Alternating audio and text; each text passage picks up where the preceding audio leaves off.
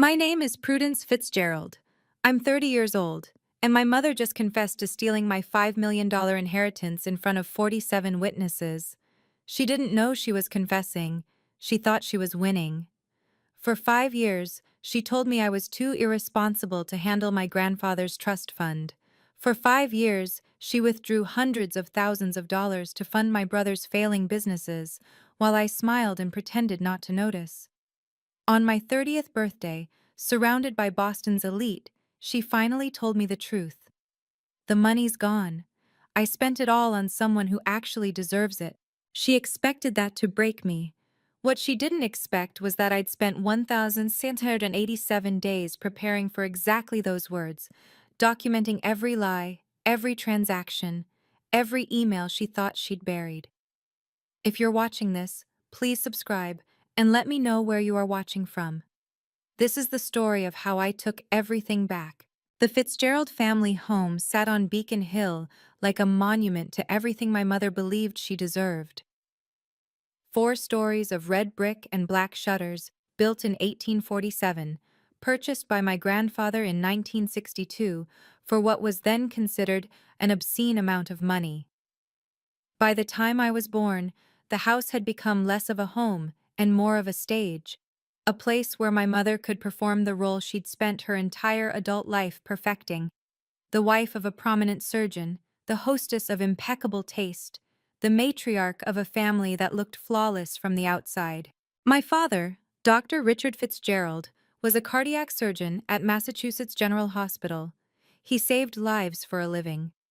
But at home, he was a ghost who happened to eat dinner with us, present in body, absent in every way that mattered. He let my mother make every decision, sign every check, choose every school and summer camp and career path. I think he believed that staying quiet was the same as keeping the peace.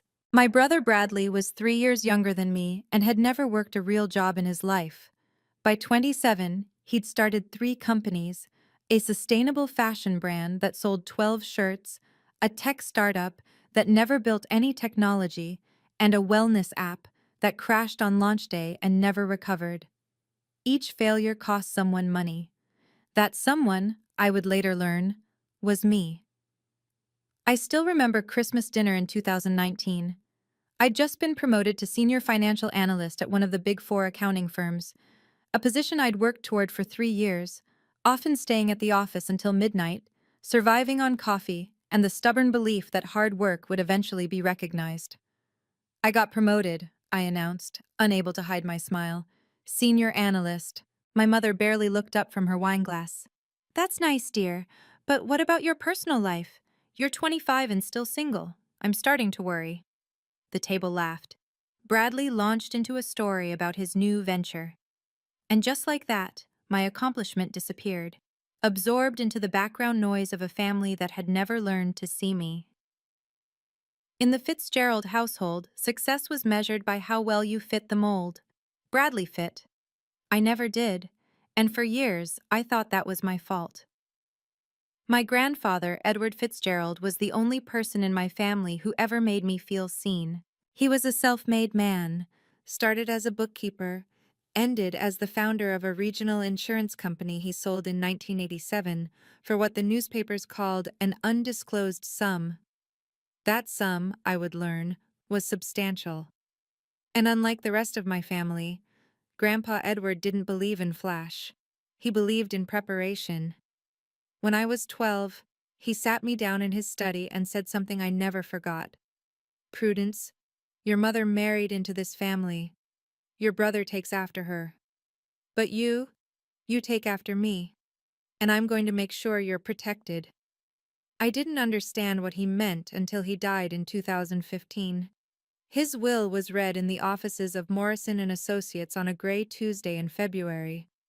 My mother wore black Chanel and dabbed at dry eyes. My father held her hand. Bradley looked bored. And then the lawyer read the section about me. To my granddaughter, Prudence Eleanor Fitzgerald, I bequeath a trust fund in the amount of $5 million to be held and managed until she reaches the age of 25, at which point she shall have full access and control. I remember my mother's face, a flicker of something sharp before she smoothed it into a smile. "How generous," she said. "We'll make sure it's kept safe." 4 years later, when I turned 25 in 2019, I expected the trust to transfer to me. Instead, my mother presented my father with a document. "Richard, sign this. Prudence isn't ready for that kind of responsibility. I'll manage it temporarily, just until she matures a bit more." No one asked me. I found out 3 weeks later when I called the bank and was told that my mother was now listed as the authorized trustee. When I confronted her, she patted my arm. "Don't worry, sweetheart. I'm keeping it safe for you.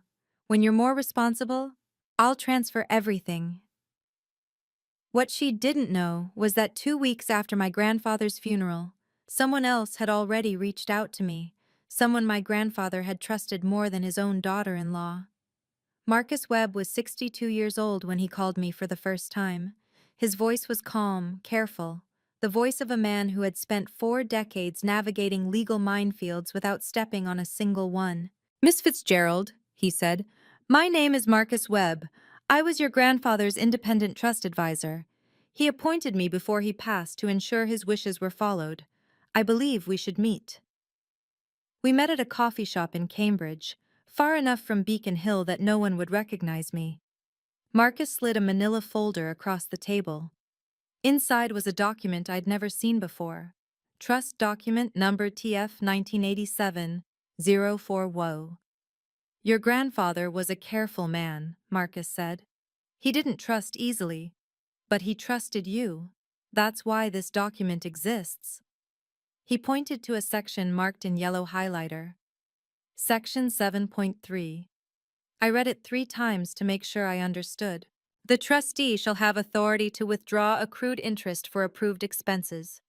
The principal amount of $5,000 shall remain untouched until the beneficiary reaches age 30 or requests full transfer, whichever occurs later."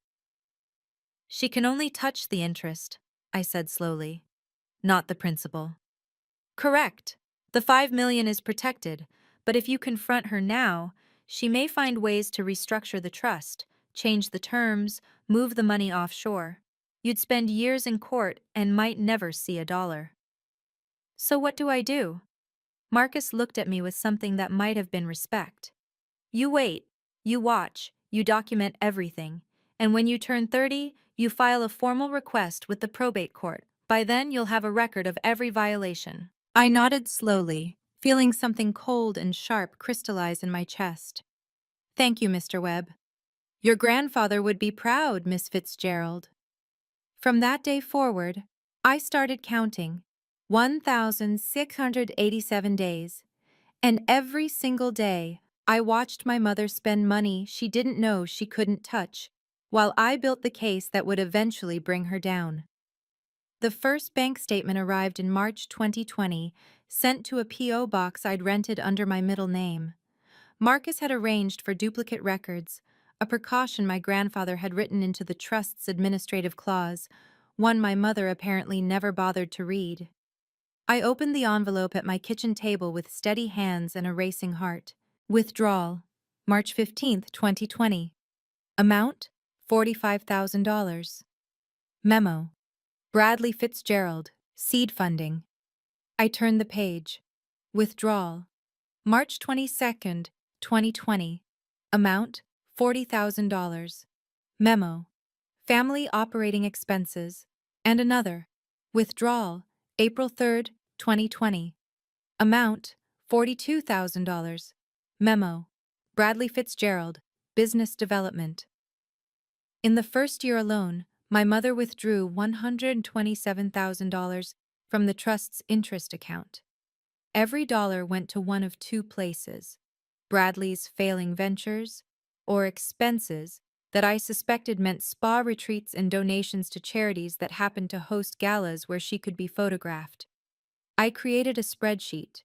I named it Inheritance LSX and saved it on an encrypted drive. Row 1, March 15, 2020. Withdrawal, $45,000.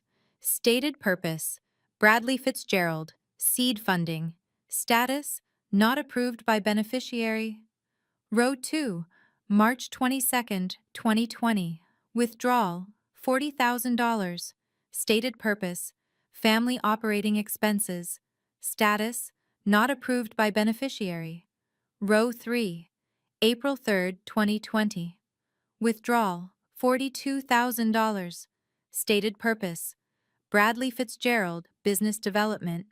Status, not approved by beneficiary. I didn't delete anything. I just added another row every month. By the end of 2020, the spreadsheet had 47 entries.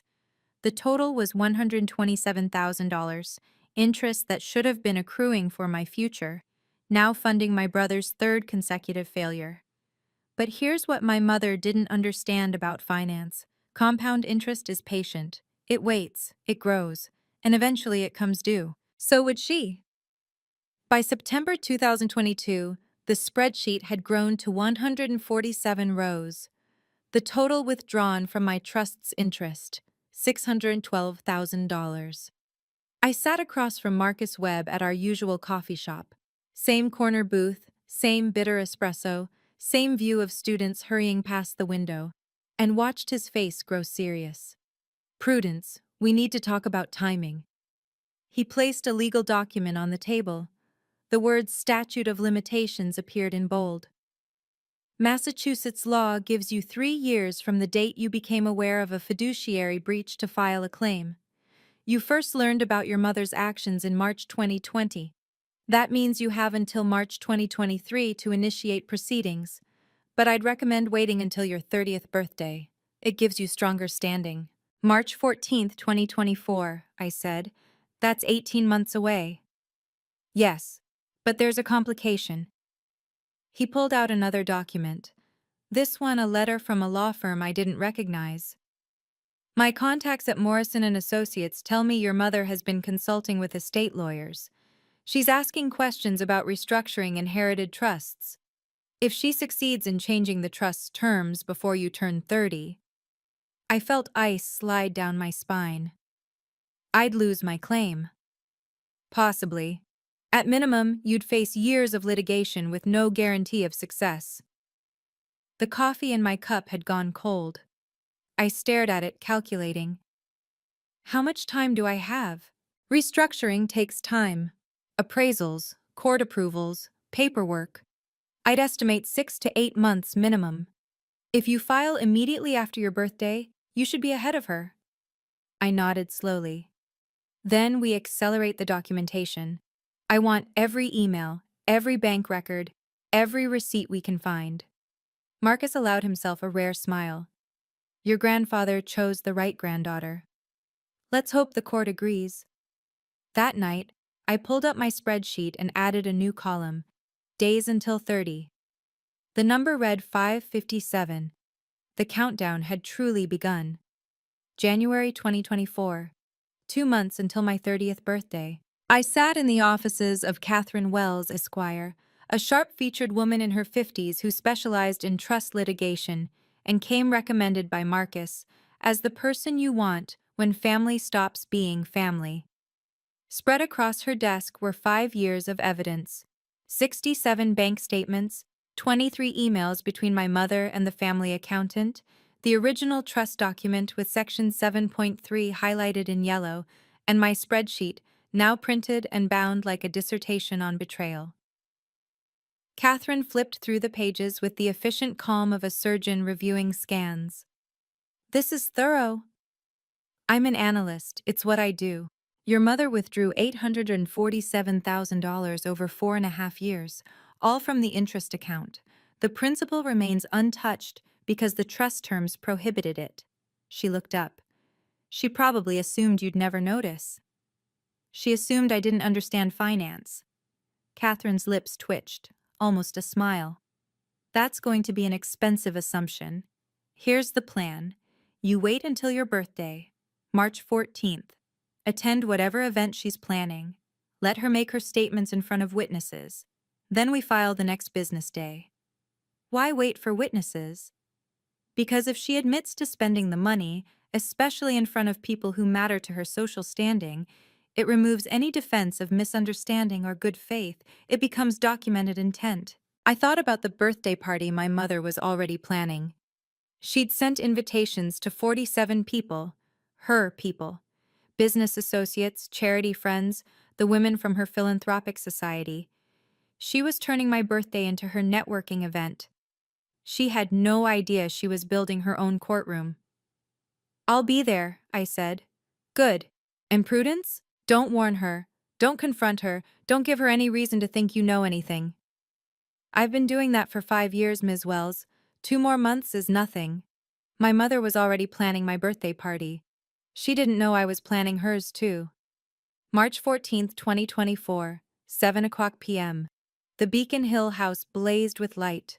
My mother had outdone herself. Champagne towers, a string quartet, catering from the most expensive firm in Boston.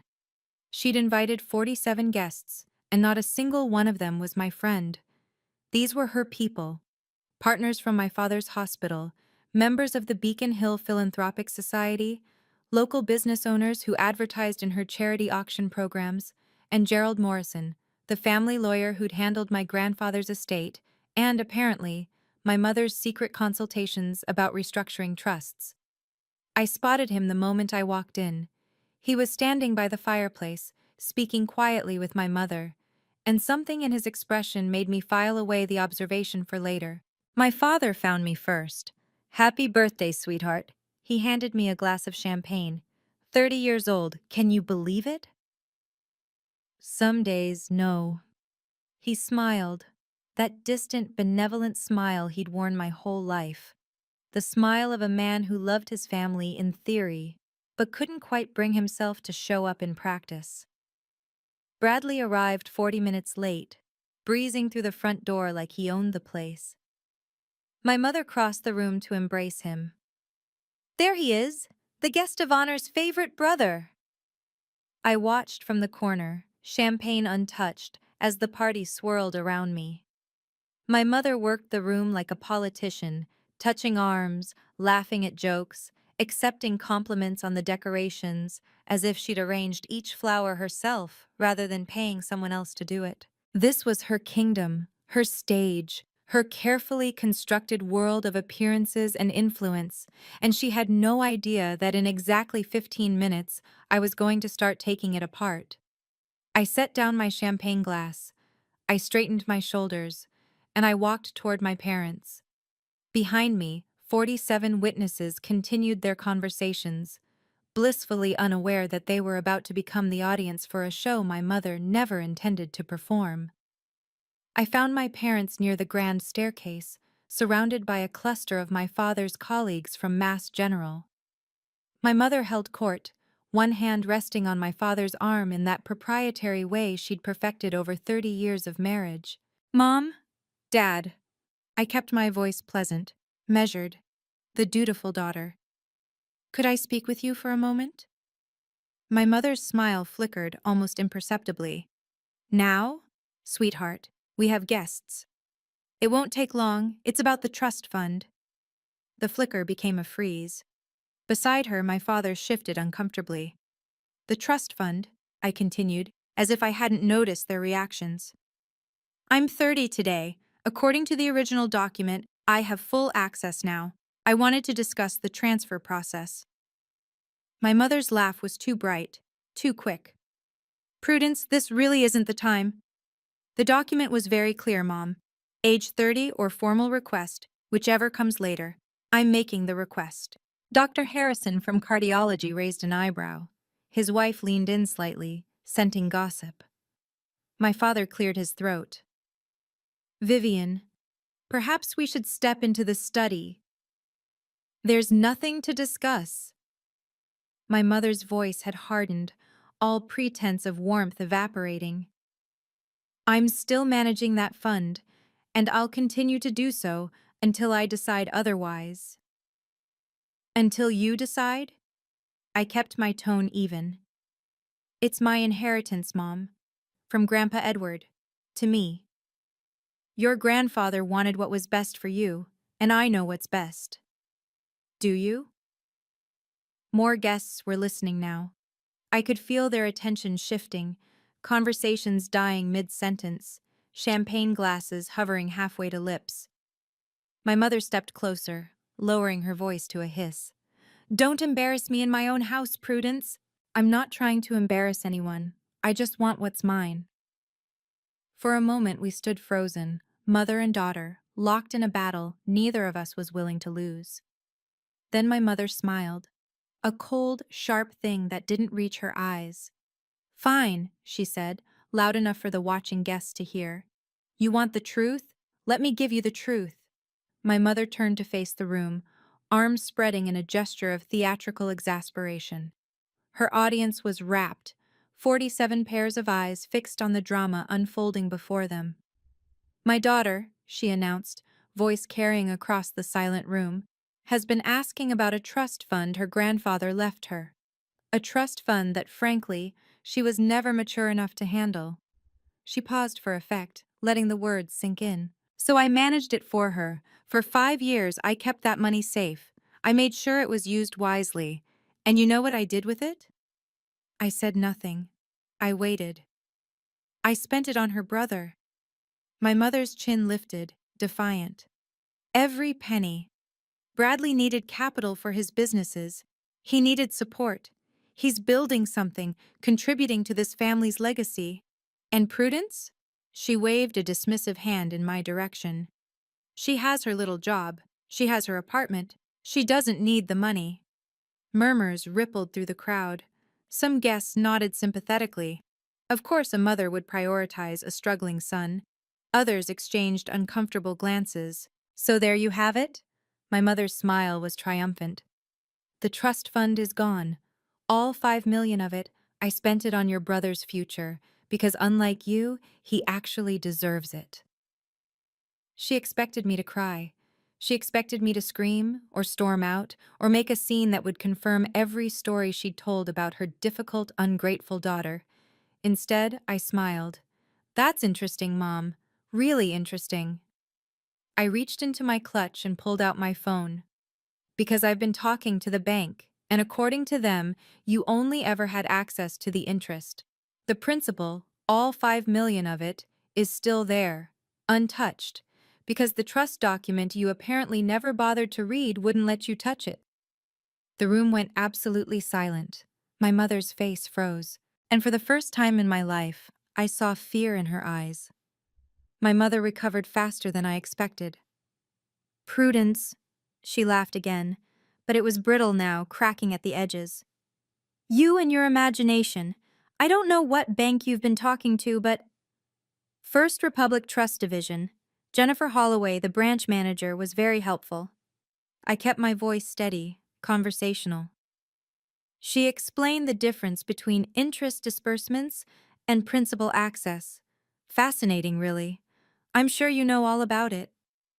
Gerald Morrison materialized at my mother's elbow, his face pale. He leaned in, whispering something urgent. "Vivian," my father said quietly, "perhaps we should move this conversation somewhere private." "There's nothing to discuss." My mother's voice had gone shrill. "This is a misunderstanding. Prudence has always been dramatic." "I'm not being dramatic, Mom." I slid my phone back into my clutch. "I'm being accurate. There's a difference. But you're right. This isn't the place for details. Those will come later. In court." The murmurs around us grew louder.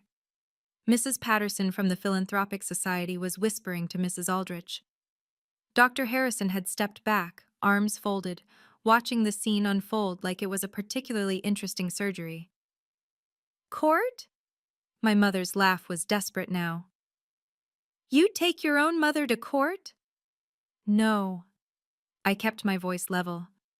"I'm taking a trustee who violated her fiduciary duty to court. The fact that she's my mother is incidental." I stepped back, addressing the room with a calm I didn't entirely feel. "Thank you all for coming to my birthday party. I'm sorry for the disruption. Please enjoy the champagne." Then I walked toward the door. Behind me, I heard my mother's voice, high and tight and breaking. "Richard, do something! Richard!" But my father, for once in his life, said nothing at all. I didn't raise my voice. I didn't need to. This isn't a negotiation, Mom, it's a notification.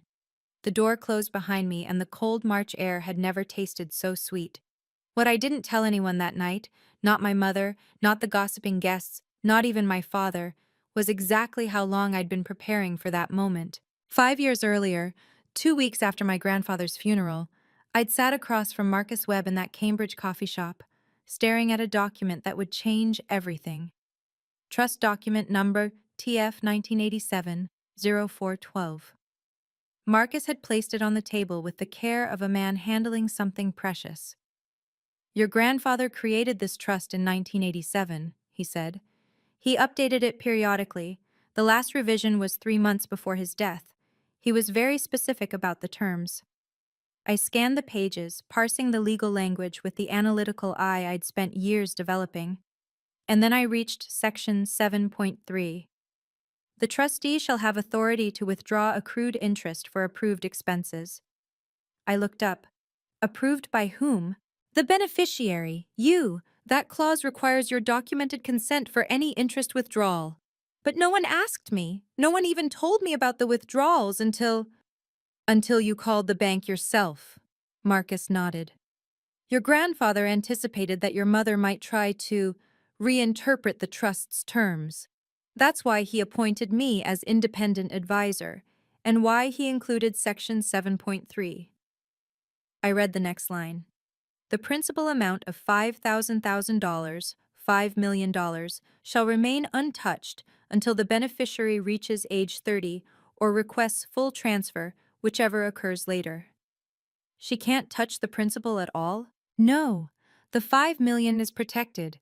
She can access interest, but only with your approval. Any withdrawal made without that approval is a breach of fiduciary duty. I sat back, mind racing. My mother had already been withdrawing funds for months, without my knowledge, without my consent. Your grandfather knew his family, Miss Fitzgerald. Marcus's voice was gentle. He loved them, but he didn't trust all of them, and he wanted you protected. He knew, I whispered. He knew this would happen. He suspected, and he made sure you'd have proof. The second piece of evidence came from an unexpected source. June 2022. I was at my desk at the accounting firm, buried in quarterly reports, when my phone buzzed with an email from an address I didn't recognize. The subject line read, "I can't do this anymore." The sender was Nancy Collins, my family's accountant for the past 15 years, a woman who had been at every Christmas party, every summer barbecue, every birthday dinner, a woman who had watched me grow up, a woman who, apparently, had a conscience. Miss Fitzgerald, the email began, I apologize for reaching out this way, but I need you to see what's been happening. I've attached copies of correspondence between myself and your mother regarding the trust fund. I was instructed to keep these from you. I can't continue doing that. I opened the attachment. The first email was dated April 2020, from my mother to Nancy. Make sure Prudence doesn't see any statements. She doesn't need to know the details. The less she knows, the easier this will be for everyone. Nancy's reply. Mrs. Fitzgerald, I'm not comfortable with this. Prudence is legally the beneficiary. She has a right to. My mother's response. She has a right to what I say. She has a right to. I'm the trustee. I decide what she needs to know. Don't worry about Prudence. She doesn't understand finance. She never has. I read that line 3 times. She doesn't understand finance. I had spent 4 years at one of the world's top accounting firms, analyzing complex financial structures for Fortune 500 companies. I had passed the CPA exam on my first attempt. I could read a balance sheet faster than most people read a menu, and my mother thought I didn't understand finance. I saved the emails to my encrypted drive. Then I called Nancy Collins. Thank you, I said when she answered. You're going to be hearing from my lawyer. Nancy paused. I hope you nail her to the wall. So did I. Okay, I need to pause here for a second. If you've ever had someone in your family treat you like you're invisible, like your accomplishments don't matter, like your voice doesn't count, I want you to drop a comment right now. Tell me where you're watching from and let me know. Have you ever been underestimated by someone who should have believed in you? I read every single comment. Now, back to the story. I expected my mother to panic. I expected phone calls, tears, maybe even an attempt at apology. What I didn't expect was a full-scale public relations campaign. 2 days after the birthday party, my phone started buzzing with text messages from people I hadn't spoken to in years. Hey Prue, your mom told me you've been having a rough time. Just checking in. Prudence, I heard about the situation. Your poor mother, she's so worried about you. Is it true you're taking your family to court? That seems really extreme. My mother had spent 48 hours calling every guest from the party, every member of her philanthropic society, every friend and acquaintance she could reach. And she had a story, a very specific, very carefully crafted story. I was having a breakdown. I was confused about family finances. I had always been jealous of Bradley and was finally acting out. My mother was the victim, a loving parent being attacked by her ungrateful child. By March 18th, 3 of my mother's friends had unfriended me on social media. By March 20th, I received a voicemail from the Beacon Hill Philanthropic Society's events coordinator, politely suggesting that perhaps I shouldn't attend their spring gala, given the family situation. I listened to the voicemail twice, then deleted it. That evening, I sent a single email to Catherine Wells, my lawyer. Proceed as planned. File on March 25th. Catherine's reply came within the hour. Understood. Every action she takes now only strengthens our case. The more people she tells, the harder it will be for her to claim this was a misunderstanding. My mother thought she was controlling the narrative. She didn't realize she was just giving me more witnesses. I added a new entry to my spreadsheet. March 16 to 20, 2024. Defendant engaged in witness intimidation and reputation management campaign. Documented via screenshots and voicemails. Let her talk. Let her spin. The truth would come out in court. My father called on a Tuesday evening 3 weeks after the party. I was making dinner, pasta with red sauce, nothing complicated, when his name appeared on my phone screen. I let it ring twice before answering. Prudence. His voice was tired, heavy. Can we talk? We're talking now, Dad. I mean really talk. About everything. He paused. Sweetheart, this has gone far enough. Let me speak with your mother. We can work this out as a family. There's no need for courts and lawyers. I set down my wooden spoon.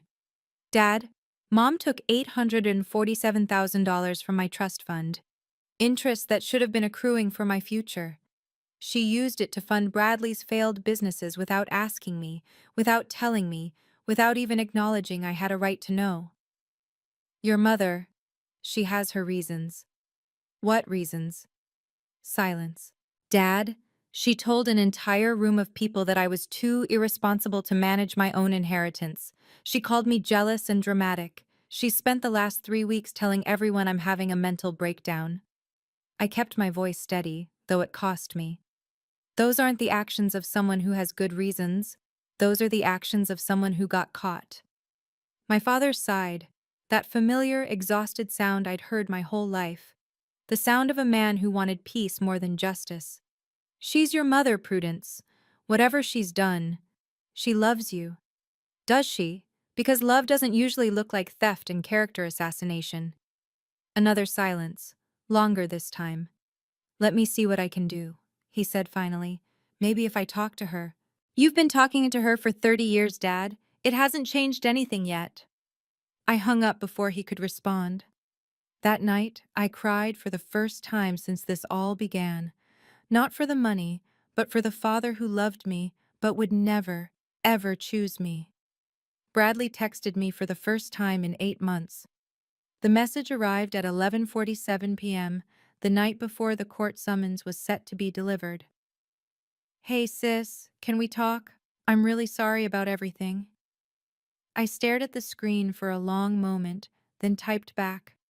Talk about what, Bradley? Three dots appeared, disappeared, appeared again. About the money. I didn't know Mom was taking it from your trust. I swear. I thought it was just family funds, money she was allowed to spend. I called him. Bradley. My voice was calm. In the past 4 years, you received $847,000 that was withdrawn from my trust fund. You used it to start 3 businesses. All 3 failed. Did you really never wonder where that money was coming from? I. He sounded young suddenly, young and lost. I didn't ask, okay?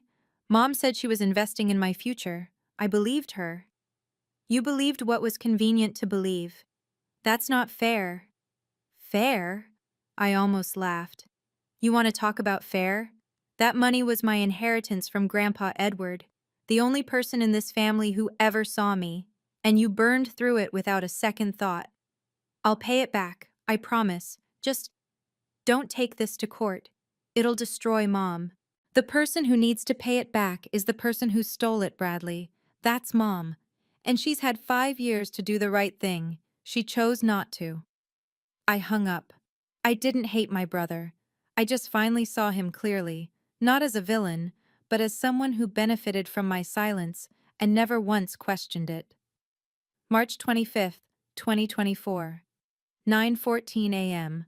A process server knocked on the door of the Beacon Hill mansion and handed my mother an envelope.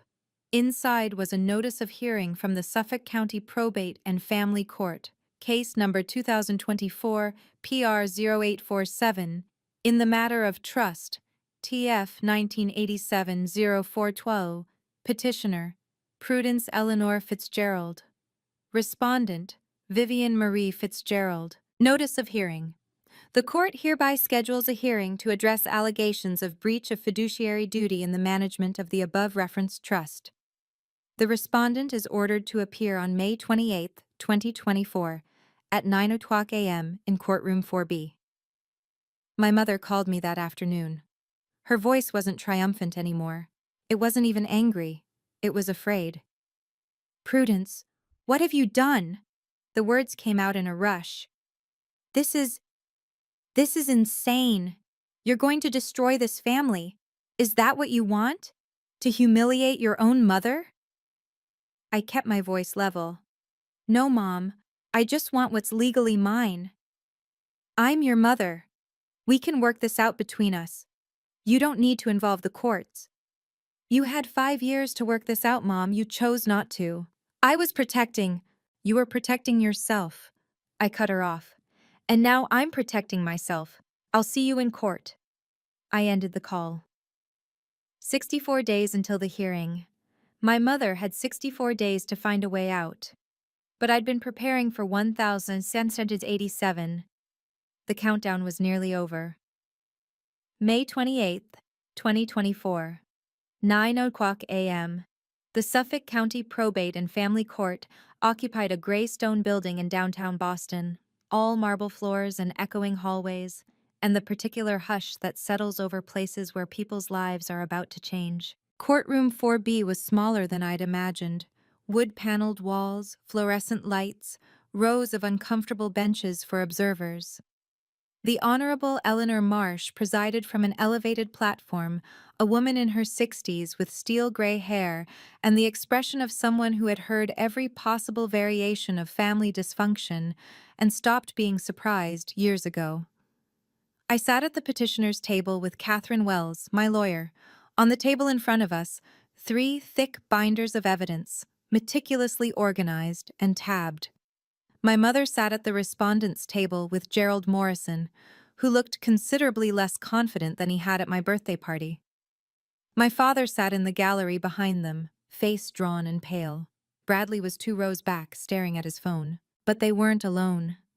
Scattered throughout the gallery were faces I recognized from the party, members of my mother's philanthropic society, curious and watching. Mrs. Patterson, Mrs. Aldrich, Dr. Harrison and his wife. They'd come to support Vivian, I was sure. They were about to watch her fall. Also present, Marcus Webb, seated near the front, hands folded patiently on his lap. Jennifer Holloway from First Republic Trust Division, a leather briefcase at her feet. And Nancy Collins, the former accountant, who avoided my mother's gaze with pointed determination. My mother wore her Chanel suit, pearl buttons, cream silk, armor against the world. But I noticed her hands trembling slightly as she reached for her water glass. The room was silent, expectant. Judge Marsh looked up from her papers. This hearing is now in session. We are here to address case number 2024 PR 0847 in the matter of Trust TF 1987-0412. Counselors, you may proceed. Gerald Morrison rose first, buttoning his jacket with the practiced ease of a man who had argued 1,000 cases. Your Honor, thank you for hearing this matter. I want to begin by emphasizing that this is, at its heart, a family misunderstanding, one that has been blown out of proportion by a daughter who, regrettably, does not fully appreciate everything her mother has done for her. He paused, letting that framing settle. My client, Vivian Fitzgerald, has managed her daughter's trust fund for 5 years. She did so with the best intentions, protecting a young woman she believed was not yet ready for the responsibility of substantial wealth. Every decision she made was in the interest of the family as a whole. Objection, Catherine Wells said calmly. The issue is not intent. The issue is whether Mrs. Fitzgerald violated the explicit terms of the trust document. Judge Marsh nodded. Sustained. Mr. Morrison, please confine your opening to the facts of the case. Morrison's smile tightened. Of course, Your Honor. The facts are these. My client was granted trustee authority. She used that authority to distribute trust interest to family members for legitimate purposes. Miss Fitzgerald, the beneficiary, was always going to receive her inheritance when appropriate. This case is premature. Premature? Judge Marsh raised an eyebrow. The petitioner is 30 years old, the age specified in the trust for full access. What exactly was Mrs. Fitzgerald waiting for? Morrison hesitated for just a fraction of a second, and in that hesitation, I saw the first crack in my mother's defense. My client was exercising her discretion as trustee. We'll see what the evidence says about that discretion. Judge Marsh's voice was dry. Counselor Wells, you may call your first witness. Marcus Webb took the witness stand with the measured dignity of a man who had spent decades navigating legal complexities. Catherine approached with the trust document in hand. Mr. Webb, can you please identify this document? This is Trust Document TF 1987-04112, created by Edward Fitzgerald in 1987 and last amended 3 months before his death in 2015. I was appointed as the independent trust advisor. And what does that mean, independent trust advisor? It means I was charged with ensuring that the trust terms were followed, regardless of family dynamics. Mr. Fitzgerald specifically wanted someone outside the family to provide oversight. Catherine handed the document to the judge, then turned back to Marcus. Mr. Webb, please read Section 7.3 for the court. Marcus adjusted his glasses and read clearly. The trustee shall have authority to withdraw accrued interest for approved expenses. The principal amount of $5,000, $5 million, shall remain untouched until the beneficiary reaches age 30 or requests full transfer, whichever occurs later. What does approved expenses mean in this context? It means expenses that have been documented and consented to by the beneficiary. In this case, Miss Prudence Fitzgerald. The trustee cannot unilaterally decide how to spend the interest. Judge Marsh looked up. Mr. Morrison, was your client aware of this requirement for beneficiary approval? My mother leaned over, whispering frantically to Gerald. His face had gone tight. Your Honor, he said slowly, my client believed she had implicit authority. The document is explicit, not implicit. Judge Marsh's voice was sharp. Mrs. Fitzgerald, did you ever request written approval from your daughter before making withdrawals from this trust?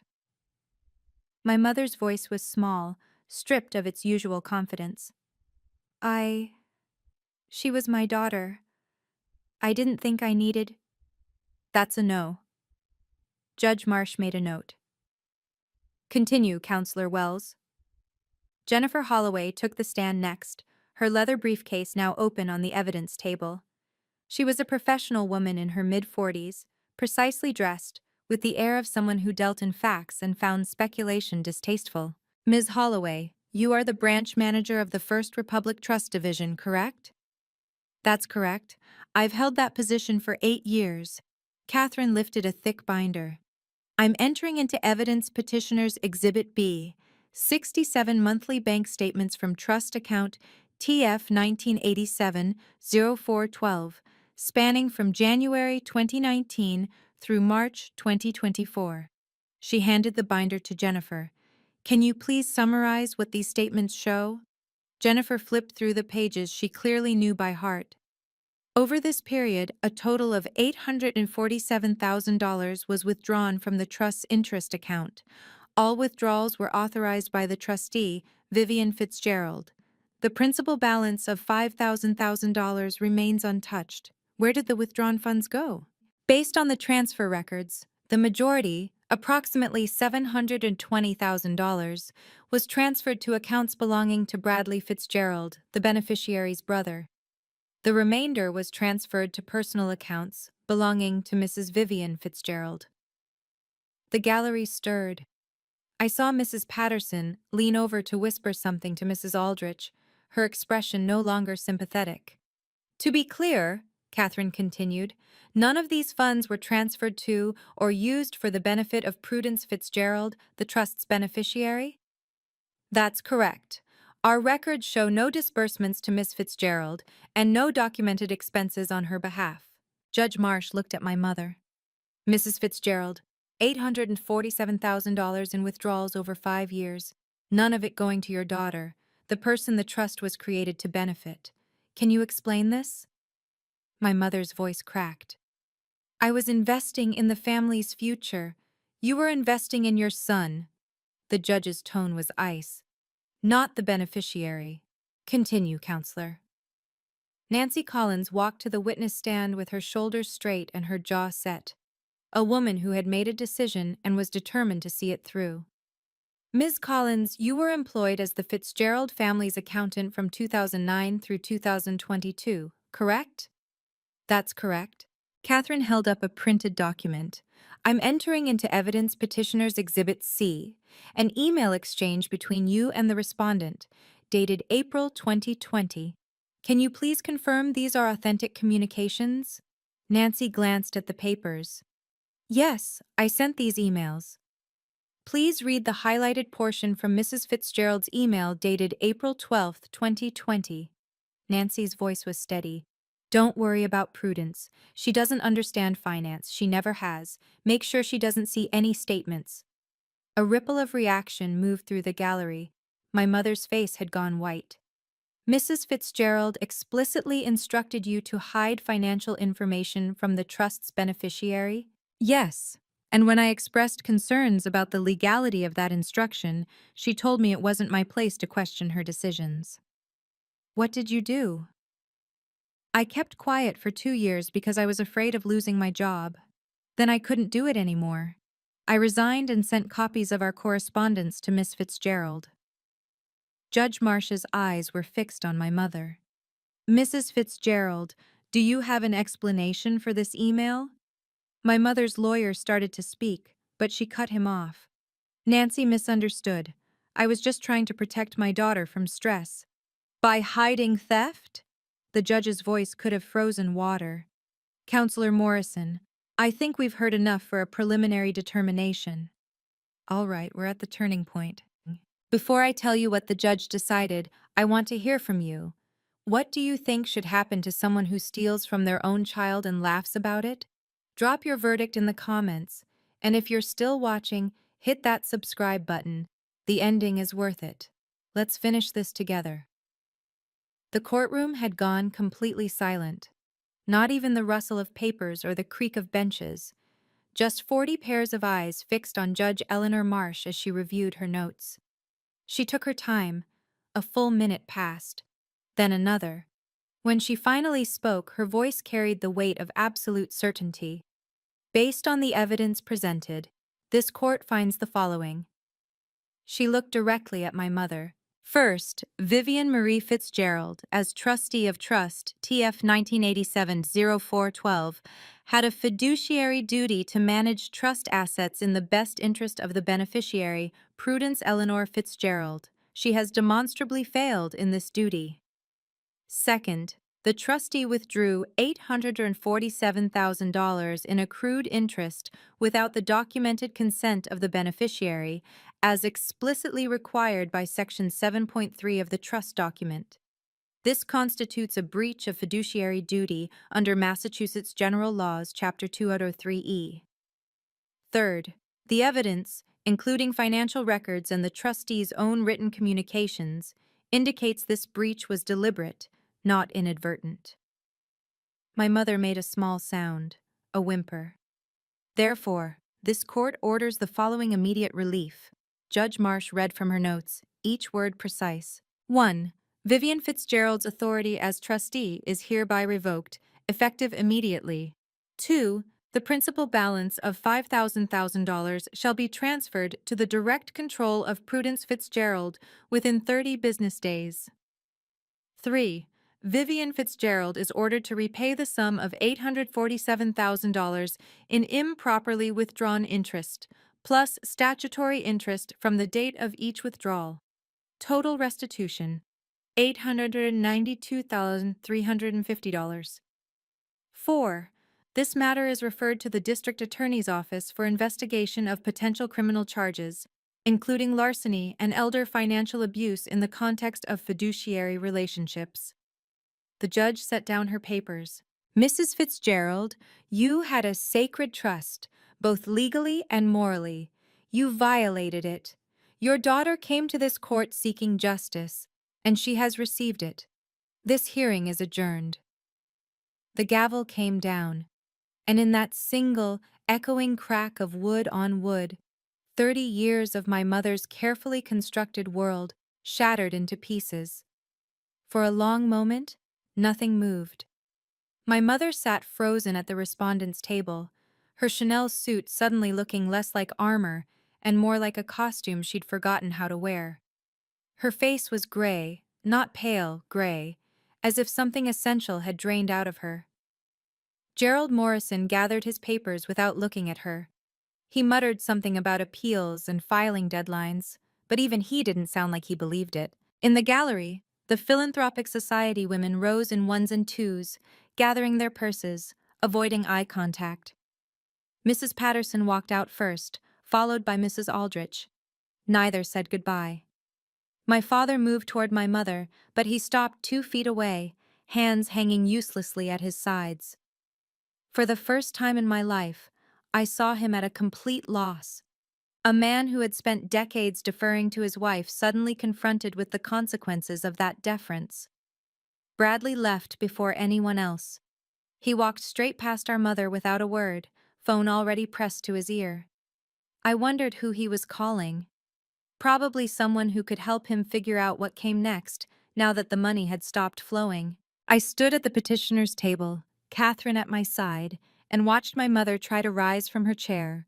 Her legs shook. She braced herself on the table edge. Then she looked at me. Her mouth opened. To say what? An apology? An accusation? A plea? I never found out. The words didn't come. And standing there, watching her search for something to say, I realized I wasn't waiting for her to speak anymore. I didn't need her words, not her approval, not her apology, not her excuses. I needed nothing from her at all. I picked up my briefcase and walked toward the door, leaving my mother alone with the ruins of everything she'd built. The May sun hit my face as I stepped out of the courthouse, bright and warm after the fluorescent chill of the courtroom. Catherine Wells walked beside me, heels clicking on the stone steps. Marcus Webb followed a few paces behind, moving with the quiet satisfaction of a man whose work was done. "Congratulations," Catherine said. "You did it. We did it." I glanced back at the building. All of us. Marcus caught up, hands in his pockets. "Your grandfather would have been proud, Miss Fitzgerald. You showed remarkable patience and remarkable courage." I had help. I looked at him, this man I'd barely known 5 years ago, who had become one of the few people I trusted completely. Thank you for reaching out. For everything. I was just following Edward's instructions. He allowed himself a small smile. Though I admit, watching that judge tear into Vivian was a bonus. Catherine touched my arm. The restitution process will take time, and the criminal investigation could last another year, 18 months. But the hard part is over. I nodded, breathing in the spring air, lilacs from somewhere, and freshly cut grass from the park across the street. For 5 years I had been watching, waiting, documenting.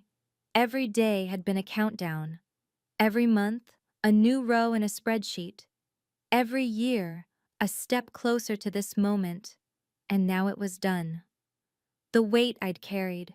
Not just the injustice, but the pretending, the hiding, the constant performance of not knowing, slid off my shoulders like a coat I'd finally been allowed to remove. The sky was impossibly blue that day, the kind of blue that makes you believe in new beginnings. I took my first breath that truly belonged to me. The aftermath came quickly. 2 weeks after the hearing, my mother received a letter on embossed cream stationery, the kind she used to love receiving. Dear Mrs. Fitzgerald, it read, after careful consideration, the Board of Directors has accepted your resignation from the Beacon Hill Women's Philanthropic Society, effective immediately. We wish you well in your future endeavors. She hadn't resigned. They'd forced her out, politely, discreetly, in the way wealthy Bostonians handled their embarrassments. The organization she'd spent 15 years climbing, the galas she'd chaired, the committees she'd led, all of it erased with a single paragraph. The invitations stopped arriving. The phone calls dried up. The women who had laughed at her jokes and complimented her decorating suddenly found themselves too busy for lunch. By mid-June, my mother's social calendar was empty. I learned this not through any direct communication, but through the same whisper network she'd tried to use against me. Except now the whispers were about her. Did you hear about Vivian Fitzgerald? I always knew something was off about her. Taking money from her own daughter, can you imagine? She's facing criminal charges, you know. Actual criminal charges. The son was part of it too, all those failed businesses. Richard must be devastated. Such a respected surgeon. She tried once to post on Facebook, something vague about difficult times and family challenges. The comments were disabled within hours. I suspected Gerald Morrison's advice. The Beacon Hill mansion still stood, of course, still beautiful, still imposing, but now when neighbors passed, they walked a little faster. The landmark had become a monument to something else entirely. My mother spent 30 years building her reputation in Boston society. It took 30 days for it to collapse. August 2024. The court order for restitution arrived at the Beacon Hill mansion like a bill from the universe. Total amount due, $892,350. My mother didn't have it. The checking accounts, the investment portfolios she'd bragged about at dinner parties, they held perhaps $200,000, much of it jointly owned with my father. The rest had been spent on Bradley's ventures, on charity galas, on the lifestyle she'd convinced herself she was entitled to, which left only one option: selling assets. The Cape Cod house went first, a 6-bedroom waterfront property my grandparents had purchased in 1975. It sold in September for $1.2 million, enough to cover the restitution with some left over for legal fees. I wasn't there for the closing, but Marcus told me about it. How my mother had stood on the lawn afterward, watching strangers tour the rooms where she'd spent every summer of her married life. She cried, Marcus said, his voice neutral. For the first time since the hearing, she cried. I waited for the satisfaction to come, the vindication, the joy of watching her lose something she loved. It didn't come. I didn't feel glad, but I didn't feel guilty either. That money was never hers to spend. The house was sold to repay what she stole. The math was simple, even if the emotions weren't. As for Bradley, the court couldn't force him to contribute. He had nothing. The startups had consumed everything he'd ever received, leaving behind only debt and a LinkedIn profile that still listed him as a serial entrepreneur. Our mother's scheme had funded his dreams. Now both of them had to face what was left when the money stopped. The criminal investigation continued, grinding slowly through the system. Prosecutors mentioned a timeline of 12 to 18 months before potential charges. My mother was still free, but she was no longer untouchable. My father called me 3 weeks after the Cape Cod house sold. Prudence. His voice was different now, smaller, somehow. Less like the distant patriarch I'd grown up with, and more like an old man who had finally seen too much. Can I take you to dinner? Just the two of us, please. We met at a restaurant in Cambridge, neutral territory. He looked older than I remembered, the lines in his face deeper, the silver at his temples spreading. "I'm sorry," he said before the appetizers arrived. "I'm sorry I didn't protect you. I'm sorry I let your mother. I'm sorry for all of it." I studied him across the table, this man I'd loved my whole life, who had loved me too, in his limited way. "Thank you for saying that, Dad. I should have said it years ago. I should have done a lot of things differently." He looked down at his water glass. "Your mother, she wasn't always like this. Or maybe she was, and I didn't want to see it. Either way, I failed you." "You did?" He flinched, but didn't argue. "I need time," I said, "to figure out what kind of relationship we can have, if we can have one." "I understand." I meant it as a boundary, not a rejection.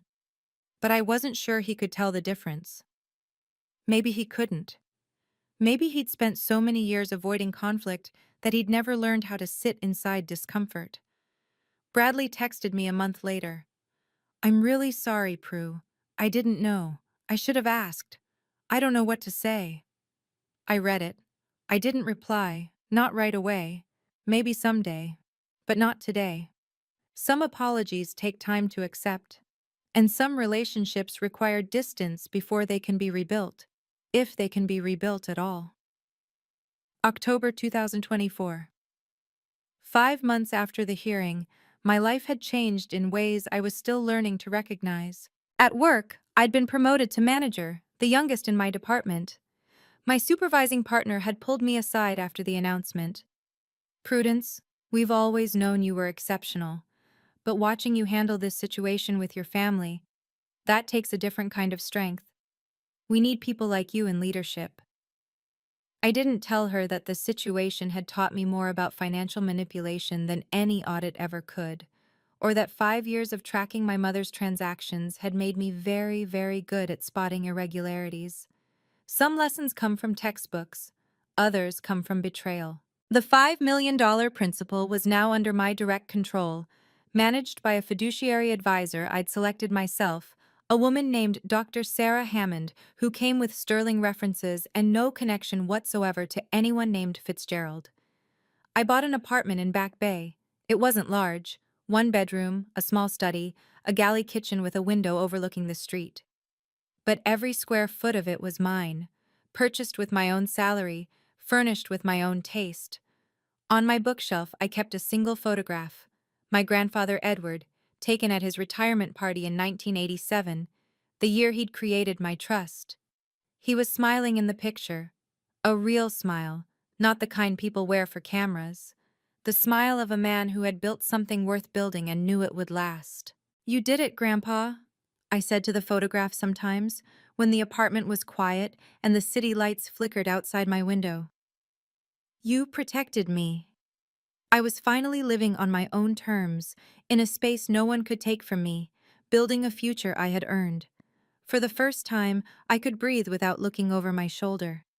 People ask me sometimes how I managed to stay silent for 5 years, how I sat at family dinners, listening to my mother dismiss my career, how I watched Bradley receive check after check for ventures that were doomed from the start, how I smiled through birthday parties and holiday gatherings while counting the days until I could act.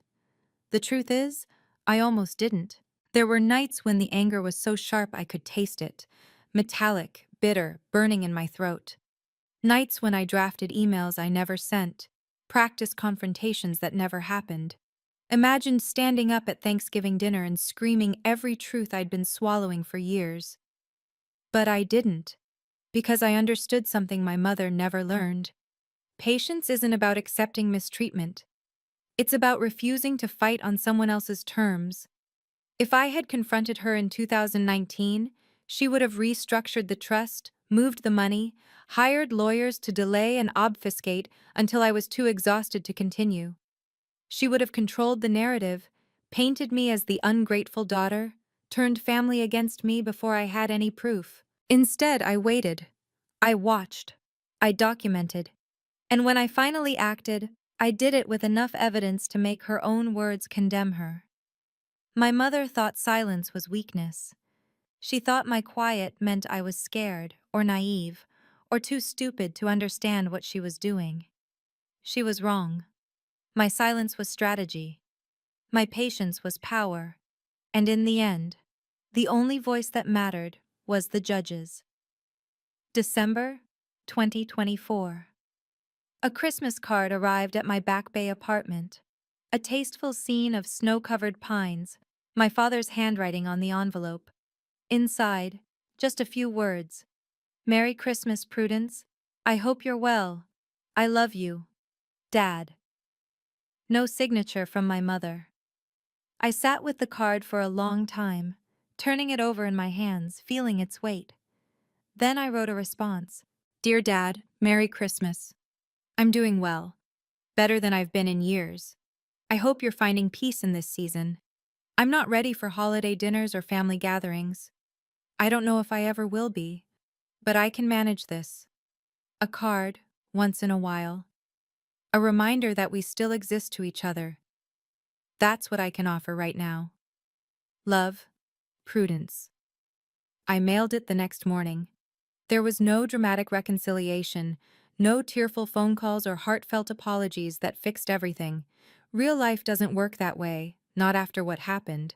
But there was this, a boundary, clearly drawn. A door left slightly ajar, not slammed shut. I hadn't cut off my family. I had just stopped pretending we were closer than we were. I stopped performing the role of the good daughter, the understanding sister, the person who absorbed everyone else's needs while ignoring her own. Love, I was learning, doesn't mean unlimited access. It doesn't mean forgiveness without change or tolerance without limits. Love means knowing what you can give and being honest about what you can't. Spring 2025. I sat in my apartment as the evening light turned gold through the window, watching the city come alive below.